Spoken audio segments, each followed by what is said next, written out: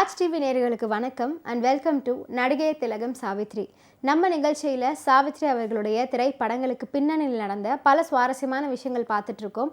இன்றைக்கி நிகழ்ச்சியிலும் உங்களுக்காகவே இன்னும் பல அற்புதமான விஷயங்கள்லாம் காத்துட்ருக்கு. வாங்க நம்ம நிகழ்ச்சிக்குள்ளே போகலாம்.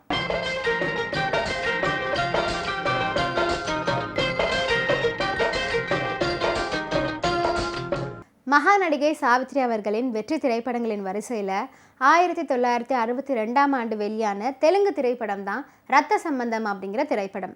வி மதுசூதன ராவ் அவர்களின் இயக்கத்தில் உருவான இந்த திரைப்படத்தில் என்.டி. ராமாராவ், சாவித்ரி, தேவிகா, காந்தாராவ், ரேலங்கி, ரமணா ரெட்டி, எம் பிரபாகர் ரெட்டி, கிரிஜா, சூரியகாந்தம் போன்ற பல அற்புதமான நடிகர்கள்லாம் நடிச்சிருக்காங்க.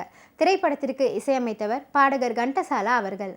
பாசமலர் திரைப்படத்தின் தெலுங்கு பதிப்பான ரத்த சம்பந்தம் திரைப்படத்திற்கு இசையமைப்பதற்கு முதல்ல விஸ்வநாதன் ராமமூர்த்தி ஆகியோர்களையே இசையமைக்குமாறு கேட்டுக்கொண்டார்களாம் இந்த படத்தின் தயாரிப்பாளர்கள். தமிழில் மெல்லிசை மன்னர்களின் இசையமைப்பு பிடித்து போக தெலுங்கு பதிப்பிற்கும் இவர்களை இசையமைக்க கேட்டுக்கொண்டாலும் அந்த நேரத்தில் விஸ்வநாதன் ராமமூர்த்தி ஆகியோரால் அந்த வாய்ப்பை ஏற்றுக்கொள்ள முடியவில்லையாம். அதற்கு காரணம் தமிழில் பல படங்களில் இசையமைத்து கொண்டிருந்ததுனால கால்ஷீட் பிரச்சனை ஏற்பட்டுச்சு. அதனால் இரட்டை இசையமைப்பாளர்கள் பாடகர் கண்டசாலாவின் பெயரை சிபாரிசு செஞ்சுருக்காங்க. அதன் பிறகுதான் இந்த ரத்த சம்பந்தம் திரைப்படத்திற்கு இசையமைக்க கண்டசாலா அவர்கள் தேர்வானார்.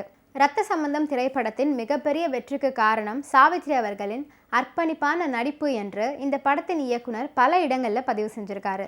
அந்த வகையில் இந்த படத்தை குறுகிய காலத்திற்குள் குறுகிய பட்ஜெட்டில் எடுக்க வேண்டும் என்பதற்காக தொடர்ந்து படப்பிடிப்பு நடந்துச்சான். சாவித்ரி அவர்கள் தமிழில் ஏற்று நடித்த அதே கதாபாத்திரத்தை தெலுங்கில் நடிச்சிருந்தாலும் அதற்காக அவருடைய அர்ப்பணிப்பு மிக பெரியது என்றும் குறிப்பிட்டிருக்காரு படத்தின் இயக்குனர்.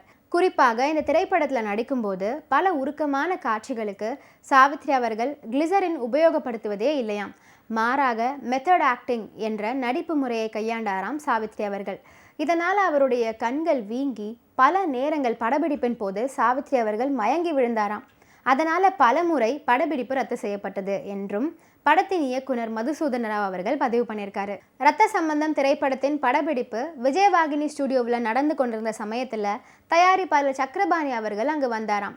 அப்பொழுது என்.டி. ராமாராவ் அவர்களின் நடிப்பை பார்த்துவிட்டு அந்த கதாபாத்திரத்திற்கு அவர் ஓவர் ஆக்டிங் செய்யக்கூடாது என்ற அறிவுரை கூறினாராம்.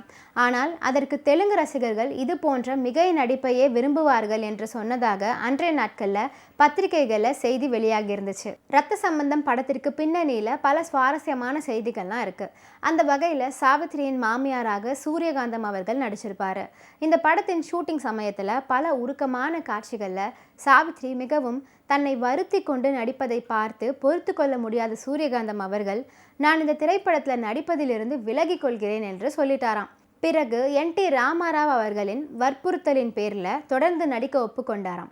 ரத்த சம்பந்தம் திரைப்படத்தில் இடம்பெற்ற பல வெற்றி பாடல்களில் ஒன்று தான் எவரோ நன்னு என்று தொடங்கக்கூடிய அற்புதமான பாடல்.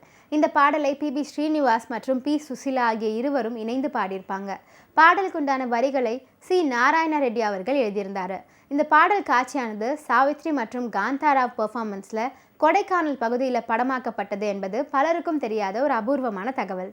பழம்பெரும் பாடகர் கண்டசாலா அவர்களின் அற்புதமான இசையமைப்பில் இந்த ரத்த சம்பந்தம் திரைப்படத்தில் 8 அற்புதமான பாடல்கள் இடம் பிடிச்சிருக்கு. எல்லா பாடல்களும் இன்றளவும் தெலுங்கு திரை இசை வரலாற்றில் காலத்தால் அழிக்க முடியாத பொக்கிஷமான பாடல்களாக கருதப்படுது.